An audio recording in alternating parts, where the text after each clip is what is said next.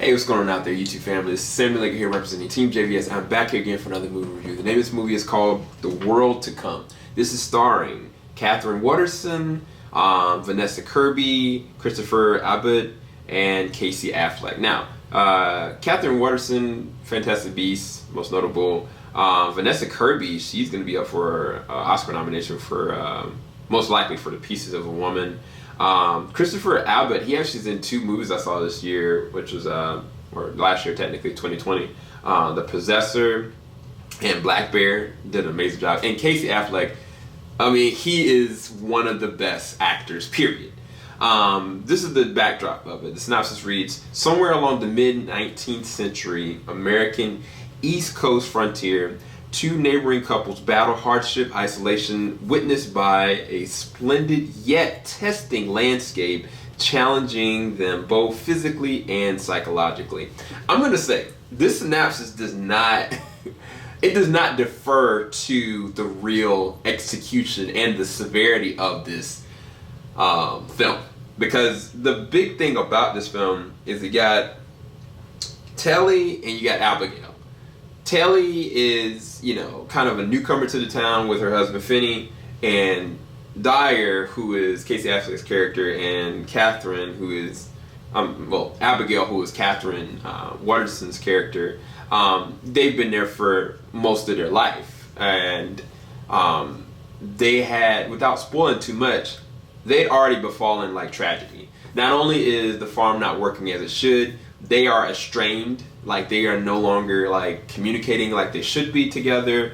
They don't even know how to be around each other collectively. And the one thing I'll say is that the execution of the dialogue with the character Abigail narrating this through her ledger is very fascinating, because it actually allows me to gauge time, because they actually show it to you. That's one of the other things that with the David Copperfield film that I really appreciated was the narration and the understanding. Not just that, the verbiage behind the execution of the script for this was very well done. Like, it felt like I was reading through an actual book, or actually through an older ledger of an account of somebody's actual circumstances in life. Like, it never compromised that, because then there are certain moments and days where it's kind of like, well, I went out to the field and I saw something there, and then me and my husband didn't talk the whole entire day, and then it ends it that way, and then it goes to the next day. And I actually really like that, because some people would probably get really annoying by that, but from a book standpoint and from a story narrative standpoint, I actually really did appreciate it. Another thing that I gotta say about this film is the soundtrack. The score is actually amazing, because the score bodes the character's psychology most of the time. Specifically Dyer and Abigail. Like, you're consistently gauging not only how they feel about each other, but when and how they're breaking. Like, they're breaking in different moments. Like, whether it's like a physical situation that's happening, or a life-threatening thing that's happening, or psychological imbalance, or just they're just spiraling, period, like emotionally.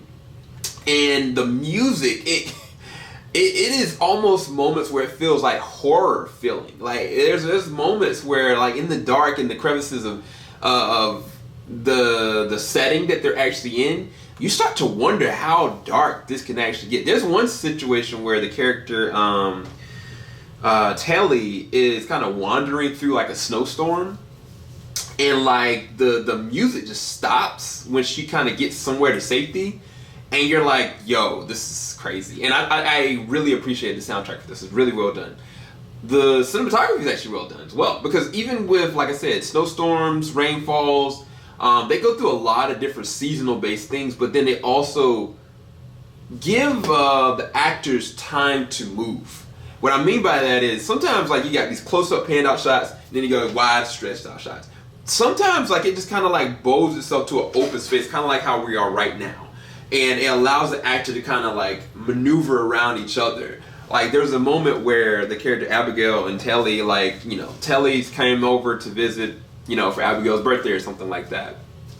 And then, you know, like, she's like, oh, well, man, my feet hurt. Well, no, let me help you out. I'm going to put your feet up. I'm going to hold your feet.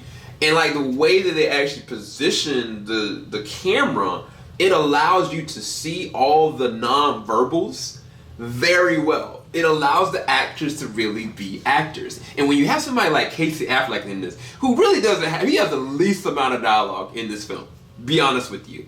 But there's never a moment that I'm not feeling empathetic or concerned of what his character is going to do or where his character's head is at.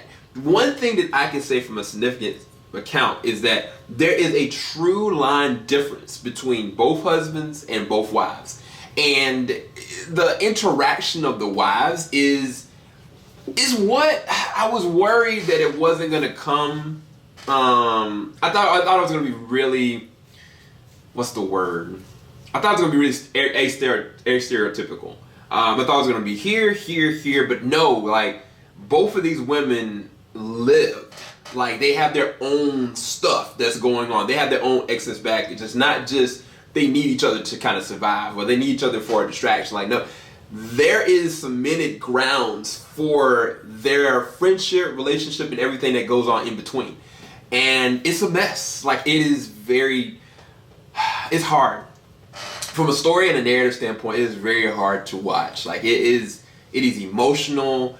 And again, the director, Mona Fastvold, she allows these actors to emote. She allows them to kind of breathe for a second. Like, it's not just like it's just jumped in. And not just that, there's a choice that they make when it comes to character interaction and affection that you don't even understand until a certain point in the film of what's really kind of going on. And I really dug that. I thought that was really awesome.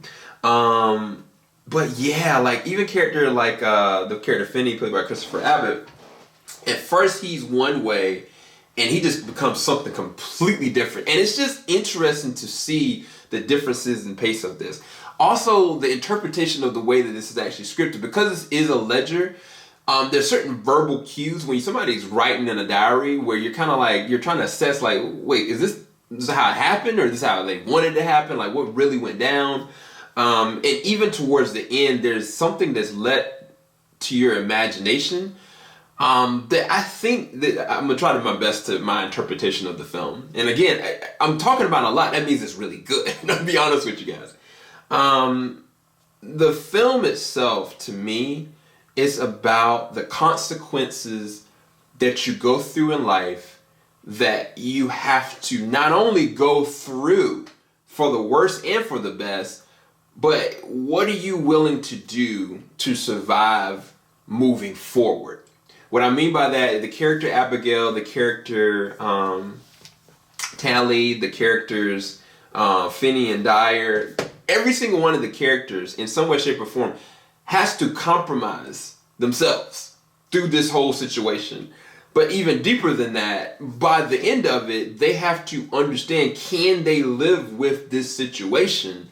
And what are they willing to do to move forward along the track that they're moving on? And I think that's, to me, the hardest aspect of this, because it's a shifting of thinking. There's a verbiage that's in the dialogue between the characters Tallie and Abigail that pays mention to that final line in the film, but it's real. It's very versatile, because when you're in a marriage, in general, like, there's certain things that you're kind of like, either you can live without or you can't.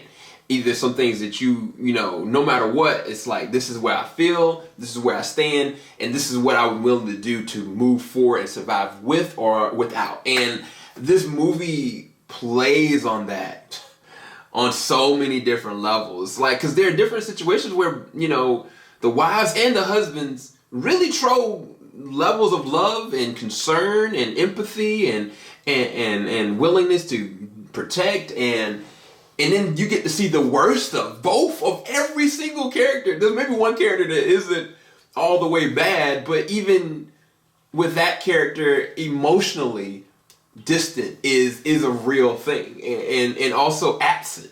And I think that is one of the things that's most fascinating about the way this was actually written. This was written by Ron Harrison.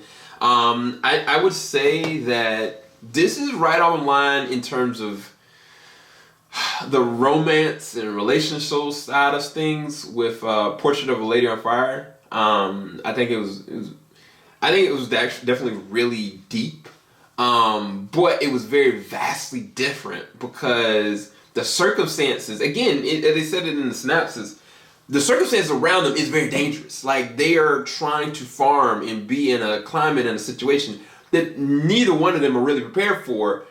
What's going on as far as how the climate is hitting them, how the circumstances are hitting them, how the world around them is tearing them apart. And it's hard to watch. It really is hard to watch, but it's some very good performances. There's one performance that honestly really kind of hit me hardest with Katherine Waterston, Abigail. There's a moment where she goes through a season of emotion that I was like, this is hard. This is like, it was really hard, and I just was kind of like, she just acted it so well. But then the nonverbals from Casey Affleck and Vanessa Kirby, with their eyes, they emote so much with their eyes that I'm just like, this is amazing. So as far as the film itself is hard to kind of like, you don't get any gratification necessarily from it. You get an understanding and a comprehension of what the theme of it is, but you don't get any gratification of it. But as far as the way that it's sculpted as an actual film, I would rest this at an 8 out of 10. Like, I wouldn't go, I would say 7.5 or 8 out of 10. With the acting alone, like, they really do go for it. They don't hold anything back whatsoever.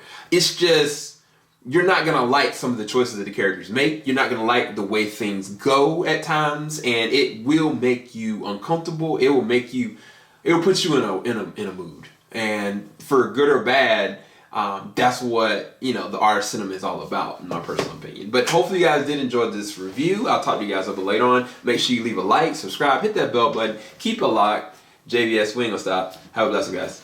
Peace.